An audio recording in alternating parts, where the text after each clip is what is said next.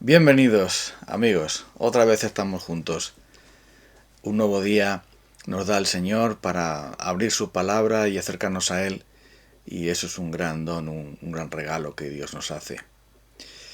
Cuando estamos pasando por momentos de duda y tristeza, cuando por causa de nuestra incredulidad y por la dureza de la situación en la que estamos viviendo, por lo traumático que pueda acontecernos, perdemos la confianza y nos caemos en la desolación, nuestro Señor Jesucristo está ahí para levantarnos y conducirnos de nuevo a la fe que nos produce gozo.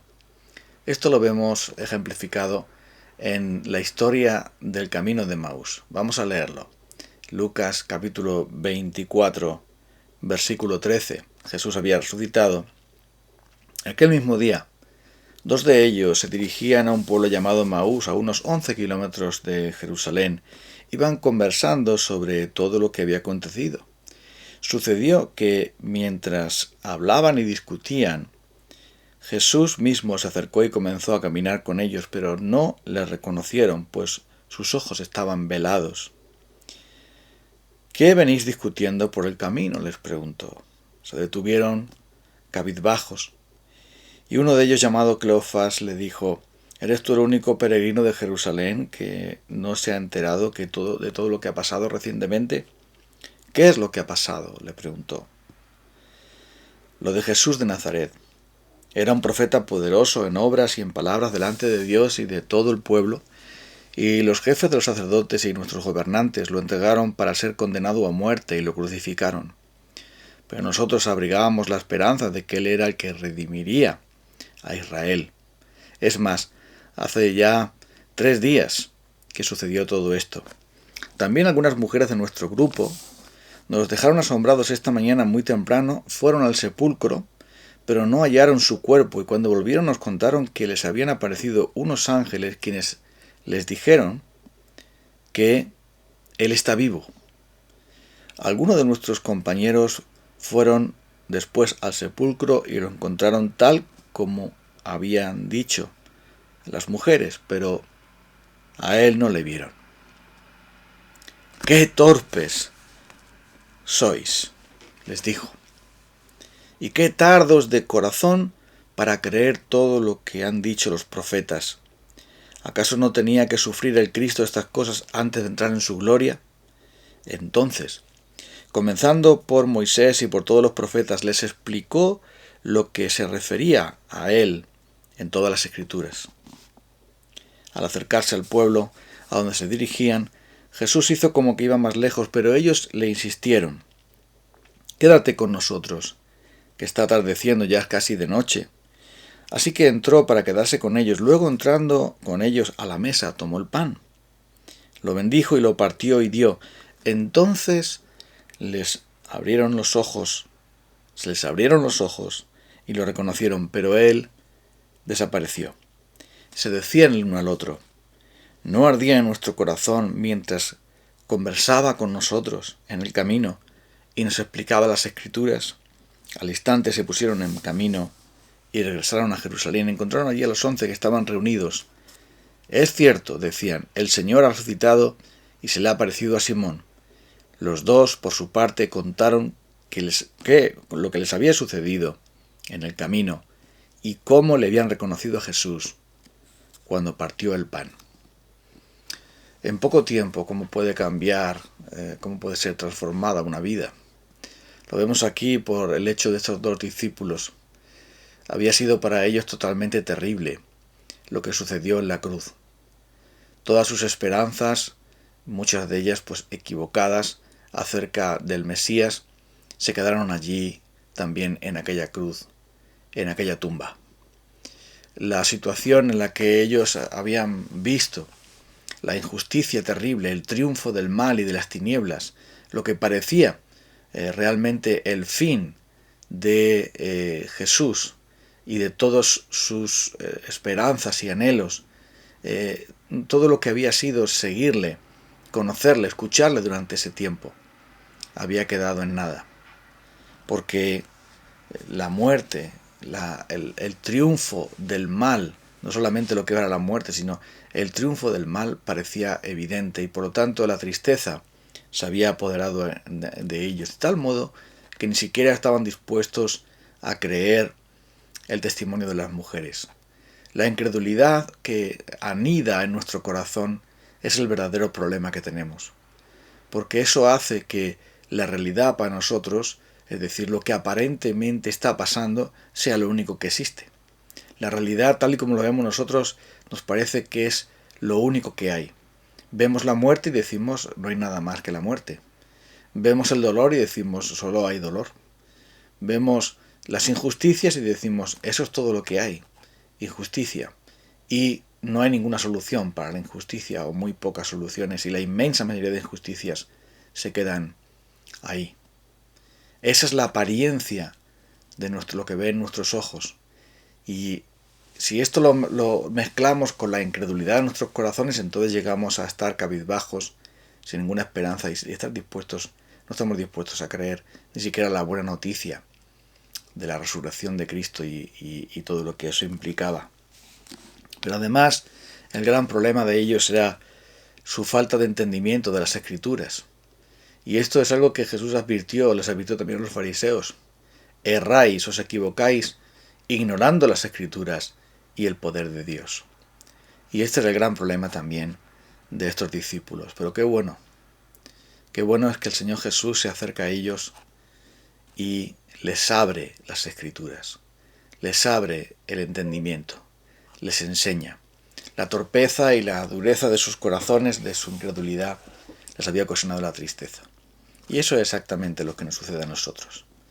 Nuestra tristeza, nuestra falta de esperanza, nuestra falta de fuerza, de poder, de ánimo, de alegría, de alabanza, radica en la incredulidad de nuestro corazón para creer lo que el Señor ha dicho, para creer las promesas de Dios, para creerle a Él.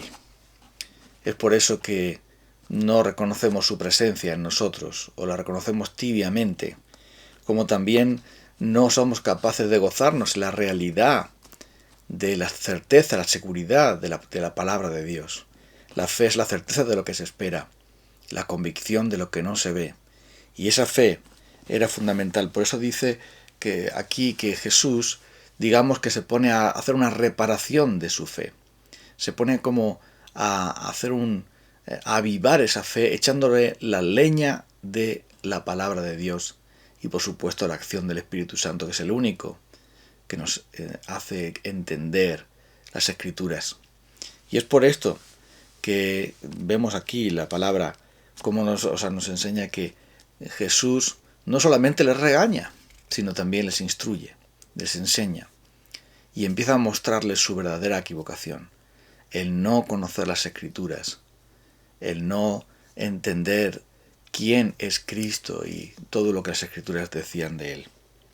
Pero finalmente, no solamente era la palabra de Dios lo que necesitaban, sino también que sus corazones ardieran por la obra del Espíritu Santo, por la presencia de Cristo entre ellos, que aún ignorándola, sabían que algo estaba pasando. Y por eso se decían, nuestros corazones ardían cuando Él nos explicaba las Escrituras. Realmente es la verdad de Dios lo que cambia nuestra tristeza en fervor. Es la presencia del Espíritu de Dios, la presencia de Cristo mismo, por medio de su palabra, lo que reaviva nuestra fe y nos mueve a seguir al Señor. Nos mueve a confiar en Él, a recobrar nuestras fuerzas en Él, a renovar nuestras fuerzas en Él. Y es por esto que cuando Él finalmente se aparece a ellos, cuando permite que esas escamas de sus ojos cayeran, entonces todo encaja. Le reconocen al partir el pan y entonces todo está unido ahí. La palabra y Cristo. Cristo y la palabra.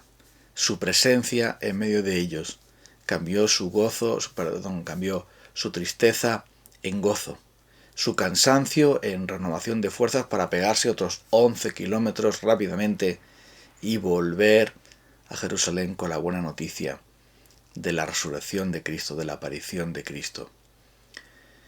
Amigos, qué bondadoso es nuestro Dios, que cuando nos ve sumidos en la incredulidad, caídos en la tristeza, a causa de nuestro propio pecado, cuando nos ve que nosotros, pues por las circunstancias duras que presenciamos, que experimentamos, que vivimos, nos encontramos también desolados, Él viene siempre a nosotros por medio de su Espíritu Santo. Su presencia se hace patente en nosotros por medio de su palabra y se encuentra con nosotros para restaurarnos, renovarnos, fortalecernos, consolarnos, animarnos. Ese es el ministerio del Señor Jesucristo como nuestro sumo sacerdote. Es el ministerio del bendito Espíritu Santo, porque por algo se le llama Consolador y Abogado. Y es también la palabra de Dios la herramienta fundamental, el bisturí, el alimento, el bálsamo y otras muchas cosas más que podemos decir de la propia palabra de Dios, que nos va a alentar. Porque en medio de las noticias malas que podamos recibir, en medio incluso de nuestra incredulidad de no creer las buenas noticias, en medio de lo peor que nos pueda pasar, siempre está Jesucristo y su palabra para mostrarnos que Él vive, que Él reina, que Él es el Señor de todas las cosas y Él va a cumplir su palabra y que todo lo que sucede es necesario. Como Jesús tuvo que sufrir la cruz para luego entrar en su gloria, así también nosotros tenemos que atravesar momentos difíciles para después entrar en la gloria que el Señor nos ha regalado y forma parte de nuestro peregrinar. Por eso dice aquí sencillamente que el Señor Jesús les reclamó, les advirtió acerca de su torpeza, pero después les enseñó y finalmente se les mostró su presencia patente en medio de ellos. Así es como nos trata el Señor Jesús. La palabra primero, su presencia siempre, después, totalmente unidas. Y así es que nosotros debemos abrir la palabra de Dios para que nuestra tristeza se cambie en gozo. Debemos buscar la presencia del Espíritu de Dios y la presencia de Cristo mismo para que Él cambie nuestra tristeza en gozo, nuestra desesperanza en confianza, nuestra incredulidad en fe, y que Él nos dé ese ánimo de servirle y esas nuevas fuerzas, porque los que esperan en el Señor tendrán nuevas fuerzas, correrán y no se cansarán, caminarán y no se fatigarán. Y así sucedió también en el camino de Emaús. Y en el camino de Emaús por el que a lo mejor tú estás pasando, por el cual el Señor quizá te lleve más adelante, en ese camino de Emaús de tristeza y desolación, también estará Cristo y vendrá Cristo a ti y te abrirá su palabra. Hará que arda tu corazón, te enseñará, te regañará, pero finalmente verás su presencia. Vamos entonces a orar a Dios para pedir su misericordia para nosotros también hoy. Querido Señor, gracias porque tú vienes a nosotros para cambiar nuestra tristeza en alegría, nuestro lamento en baile, para mostrarnos de que tú vives, tú reinas, tú vences, y toda cosa está bajo tu control y dominio. El diablo nunca vencerá, el mal perecerá, y por supuesto la muerte será muerta, y todo pecado será también juzgado y limpiado de nosotros, y juzgado también en aquellos que nos arrepienten. Todo estará bien, todo será perfecto, todo será exactamente como tú lo has dicho, aun aunque las apariencias nos puedan decir lo contrario, aun nuestras propias experiencias nos puedan decir lo contrario. Tú vives y reinas. Manifiéstate entonces a nosotros.